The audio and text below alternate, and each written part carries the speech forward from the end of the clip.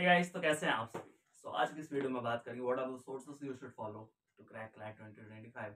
देखो यार, किसी भी एग्जाम से रिलेटेड जब आपके पास सोर्सेस रहते हैं, यू नो कि आपको कहाँ से पढ़ना है, यू हैव टू प्रिपेयर, तो वो चीज़ इजी हो जाती है थोड़ी सी, ठीक है। एंड क्लैट जैसे एग्जाम नीड पर्टिकुलर सोर्सेस। और इसके अलावा अगर आप कहीं कहीं सोर्सेज जाओगे कि आपने एक ही चीज़ को पढ़ने के लिए 5-6 जगह से अपना दिमाग सर मार रहे हो, सो ऑफ कोर्स वो ना इधर रहेगी ना इधर रहेगी, वो इधर ही रहेगी, कहीं और ही रहेगी, ठीक है ना, जिसका कोई सेंस नहीं बनता है। आप कर सकते हो तो कर लो, नहीं तो इसके बाद मैं बात करता हूँ। सो करंट अफेयर्स की स्पेसिफिक बात करेंगे एक एक करके। पहले करंट अफेयर्स। करंट अफेयर्स के लिए हमें क्या करना है, फर्स्ट ऑफ ऑल हमें डेली प्रैक्टिस करनी है। डेली मतलब उसको पढ़ना है कि कहाँ से क्या हो रहा है, और अगर आप नोट्स बना सकते हो तो बहुत अच्छा, नहीं बना सकते कोई बात नहीं, मंथली तो आते ही हैं। करंट अफेयर्स में सबसे पहले जीके टुडे के डेली 5 क्वेश्चंस आते हैं, उनको आप देखो, पढ़ो, रीड करो, जो कर सकते हो करो, ठीक है। उनको कंपेयर करना है, उनको मतलब कंप्लीट करना है।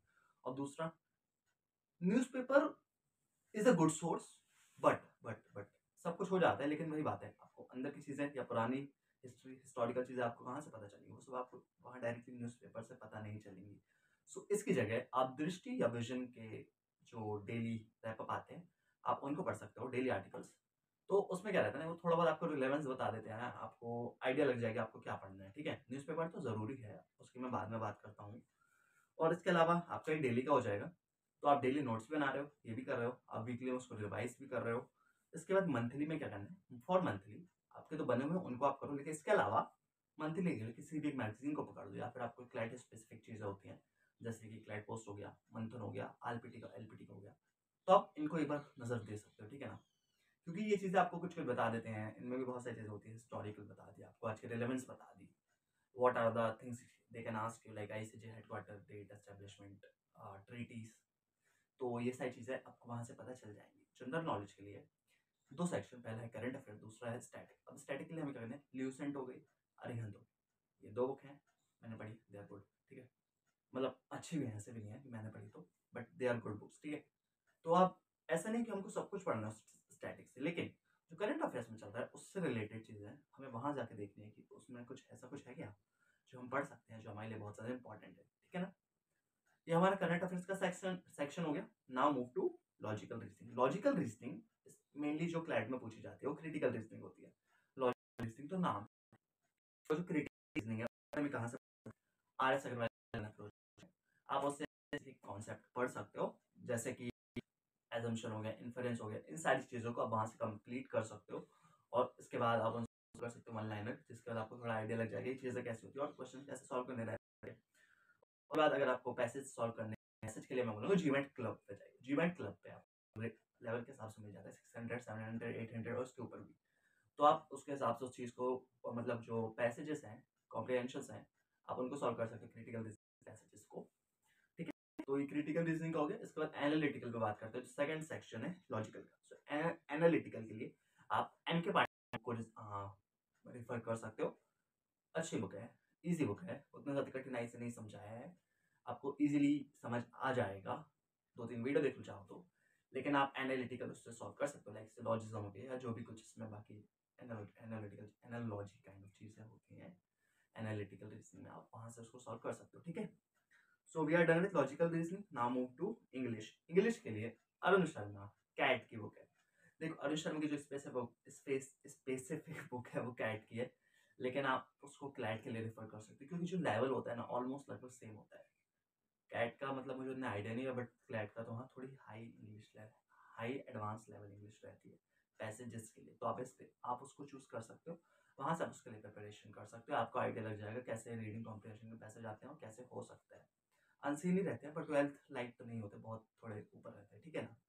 तो ये हो गया। अब पैसेज के लिए हम क्या कर सकते हैं, पैसेज के लिए हम reading comprehension from GMAT club. अब जीमेट क्लब में आप चाहे वही चीज़ जैसे क्रिटिकल रीजनिंग में आपने करी, ऐसा आप जीमेट क्लब में जाके रीडिंग कॉम्प्रिहेंशन के लिए भी कर सकते हो, it will be very helpful. तो ये हो गया हमारा। Now move to legal. अब लीगल के लिए आपको क्या करना है, लीगल दो चीज़ें, पहला बेसिक कॉन्सेप्ट और दूसरा करंट लीगल। तो पहले बेसिक कॉन्सेप्ट पर बात करते हैं। क्लैट जो है वो आपसे ऐसा नहीं पूछता है कि सारी चीज़ें पता होनी चाहिए, कि ये पता होना चाहिए, आपको ये पता होना चाहिए, आपको ये सेक्शन रटा होना चाहिए, नहीं।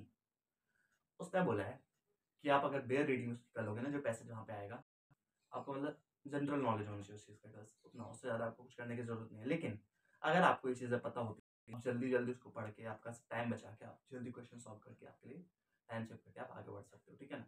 तो हमें बेसिक कॉन्सेप्ट पढ़ना इसलिए ज़्यादा ज़रूरी है। तो लीगल में AP भारद्वाज, आप उसे बेसिक कर सकते हो, ठीक है। और उसके अलावा जो दूसरा सोर्स है वो हो गए आई प्लीडर ब्लॉग्स। देखो आई प्लीडर के जो ब्लॉग्स होते हैं ना, जो पब्लिशर्स होते हैं, उन लोग बहुत इजीली उस चीज़ को एक्सप्लेन कर देते हैं जो जो आपको पढ़ना है, ठीक है। So it is a very good source.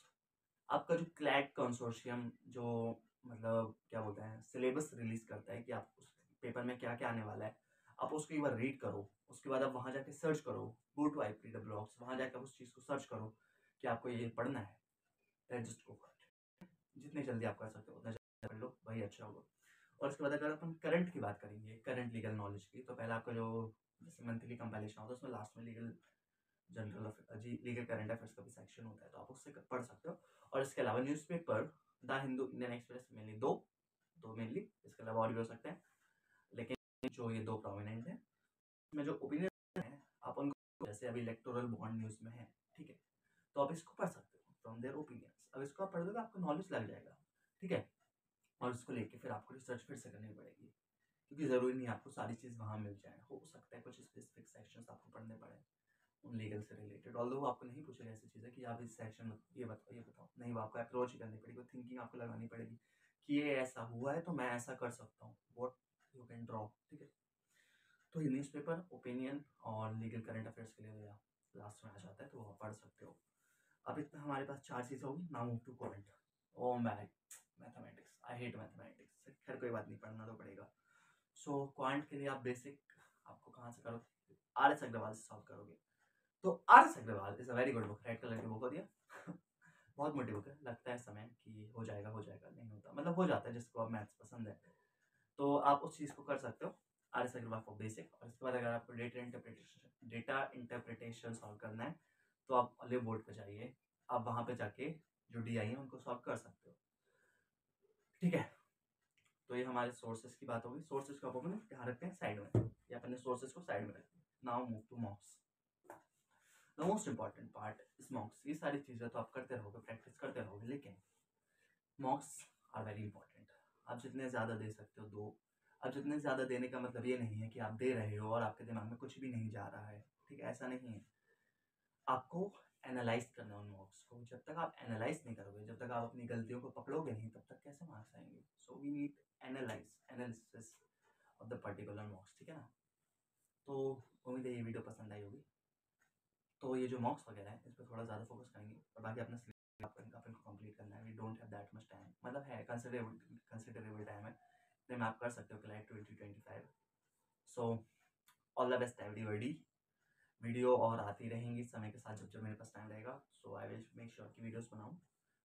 So this is all for this video. मिलेंगे अगली वीडियो में, तब तक के लिए बाय बाय।